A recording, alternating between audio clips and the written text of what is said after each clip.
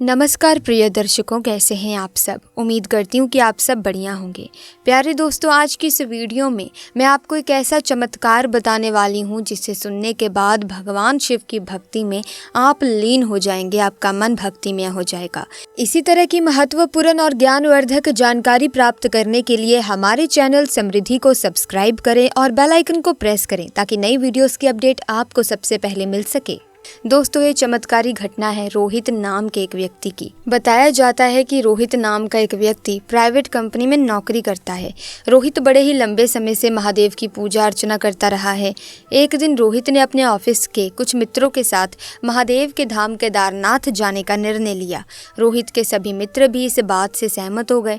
वो कुल 12 लोग थे। रोहित ने सभी के लिए एक छोटी बस जाने के लिए ट्रैवलर मंगा ली थी, जिसमें 12 लोग बड़े ही आराम से बैठ सकते थे। रोहित 2 दिन बाद अपने मित्र के साथ लगभग 8 बजे केदारनाथ के लिए रवाना हो गया। उन सभी का सफर कुछ 2 दिन का होने वाला था। वो सभी बड़े ही भक्ति भाव से महादेव की जय जयकार व भजन गाते हुए आगे बढ़ रहे थे। देखते ही देखते उन सभी ने अपने पहले दिन का आधा सफर पूर्ण कर लिया था। दूसरे दिन भी उनका भक्ति भाव महादेव के प्रति कम नहीं हुआ। दूसरे दिन का सूर्य अस्त हो चुका था।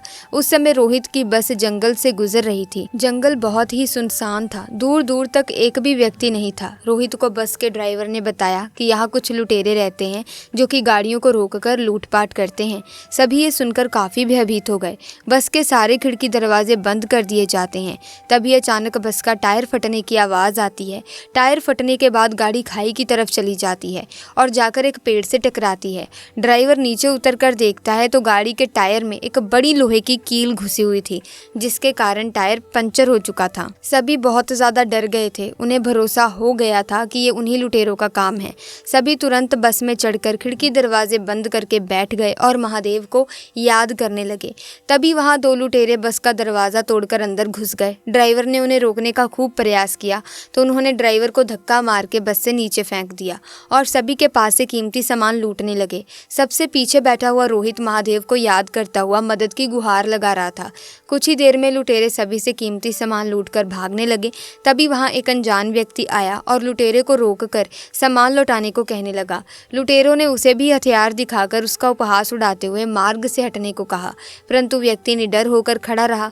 उस व्यक्ति ने उसमें से एक लुटेरे को सीने से स्पर्श किया, परंतु जो हुआ वो बस में मौजूद सभी लोग देखकर हैरान रह गए। लुटेरा व्यक्ति स्पर्श मात्र से ही जमीन पर गिर गया। उसके हाथ पैर अकड़ गए। ये देख दूसरा लुटेरा बहुत ही ज्यादा डर गया और सारा सामान छोड़कर वहां से भाग खड़ा हुआ। फिर ड्राइवर ने उस अनजान व्यक्ति से कहा कि बस तो खाई की तरफ चली गई है और टायर भी फट चुका है। उस व्यक्ति ने उत्तर दिया कि आप यही इंतजार करें, मैं किसी को सहायता के लिए लेकर आता हूँ। किसी को समझ नहीं आया कि सुनसान जंगल में ये व्यक्ति कैसे किसी को लेकर आएगा। सभी बस के अंदर बैठे इंतजार करने लगे और किसी को पता नहीं चला कि उनकी आंख कब लग गई। 30 मिनट के बाद रोहित की आंख खुली। रोहित ने उनको ढूंढने का प्रयास किया, परंतु कोई नजर नहीं आया। तभी उसकी नजर बिल्कुल रोड पर खड़ी बस पर गई और उसका पंचर भी ठीक हो चुका था। ये देख रोहित तो आश्चर्य में पड़ गया। रोहित ने भागकर ड्राइवर को नीचे बुलाकर पूछा कि बस रोड पर कैसे आ गई और टायर भी कैसे ठीक हो गया। ड्राइवर को भी इसकी कोई जानकारी नहीं थी। धीरे धीरे सभी नीचे उतर आए। किसी को ये समझ नहीं आ रहा था कि इतने भयानक जंगल में, इतने अंधेरे में ये व्यक्ति कहां से आया और वो कौन था, साथ ही बस का पंचर कैसे ठीक हो गया था। तब रोहित समझ गया था कि वो व्यक्ति कोई साधारण नहीं था, बल्कि वो स्वयं महादेव थे, जिससे रोहित ने मदद की गुहार लगाई थी। सभी ने हर हर महादेव का जयकारा लगाया और केदारनाथ की ओर निकल गए। इसी के साथ दोस्तों, आइए आपको केदारनाथ से जुड़े कुछ रोचक तथ्य भी बताते हैं जो आपको पता होने चाहिए। प्यारे दोस्तों, केदारनाथ धाम का उल्लेख स्कंद पुराण के केदार खंड में मिलता है, जिसके अनुसार केदार वो स्थान है जहाँ भगवान शिव अपने उलझे बालों से पवित्र गंगा को मुक्त करते हैं। केदारनाथ धाम का पांडवों से संबंध भी है। केदारनाथ मंदिर से जुड़ी एक पौराणिक कथा के अनुसार महाभारत का युद्ध समाप्त होने के बाद पांडवों, सभी कौरव भाइयों और अन्य बंधुओं की हत्या के पाप से मुक्ति पाना चाहते थे, जिसके लिए वो भगवान शिव की खोज में हिमालय की ओर गए। पांडवों को अपनी ओर आता देख भगवान शिव अंतर्ध्यान होकर केदार में जा बसे। पांडवों को जब ये पता चला तो तो वो भी भगवान शिव के पीछे केदार पर्वत पहुंच गए। अब इसी के साथ ये भी कहा जाता है कि भगवान शिव ने भैंस का रूप धारण किया। दोस्तों, जब पांडव केदार पर्वत पहुंच गए तब उन्हें देख भगवान शिव ने एक भैंसे का रूप धारण कर लिया और पशुओं के बीच में चले गए। भगवान शिव के दर्शन पाने के लिए पांडवों ने एक योजना बनाई, जिसके बाद भीम ने विशाल रूप धारण कर अपने दोनों पैर केदार पर्वत के दोनों ओर फैला दिए। सभी पशु भीम के पैरों के बीच से गुजर गए, लेकिन भैंसे के रूप में भगवान शिव ने जैसे ही पैरों के नीचे से निकलने की कोशिश की, तभी भीम ने उन्हें पहचान लिया। भगवान शिव को पहचान कर भीम ने भैंसे को पकड़ना चाहा तो वो धरती में समाने लगा। तब भीम ने भैंसे का पिछला भाग कसकर पकड़ लिया।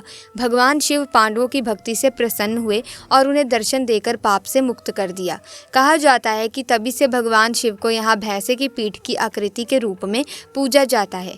मान्यता है कि इस भैंसे का मुख नेपाल में निकला, जहाँ भगवान शिव की पूजा पशुपतिनाथ के रूप में की जाती है। इसी के साथ पौराणिक कथा के अनुसार हिमालय के केदार श्रृंग पर भगवान श्री हरि विष्णु के अवतार महातपस्वी नर और नारायण ऋषि तपस्या करते थे।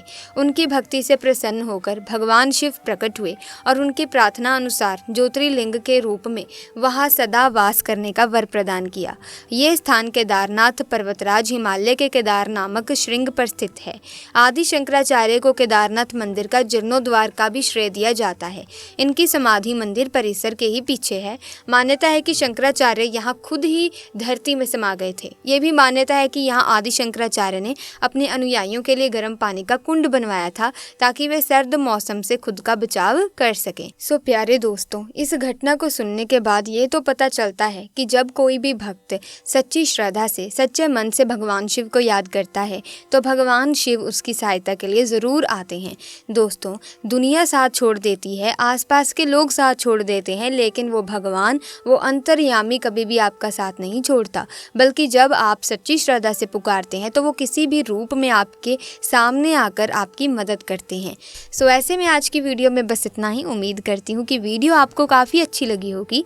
अगर हाँ तो इस वीडियो को लाइक करें, शेयर करें, चैनल को सब्सक्राइब करके बेल आइकन को प्रेस कीजिए ताकि नए वीडियोस की अपडेट आपको मिलती रहे। हम जल्दी मिलेंगे आपसे, तब तक के लिए जय श्री केदार।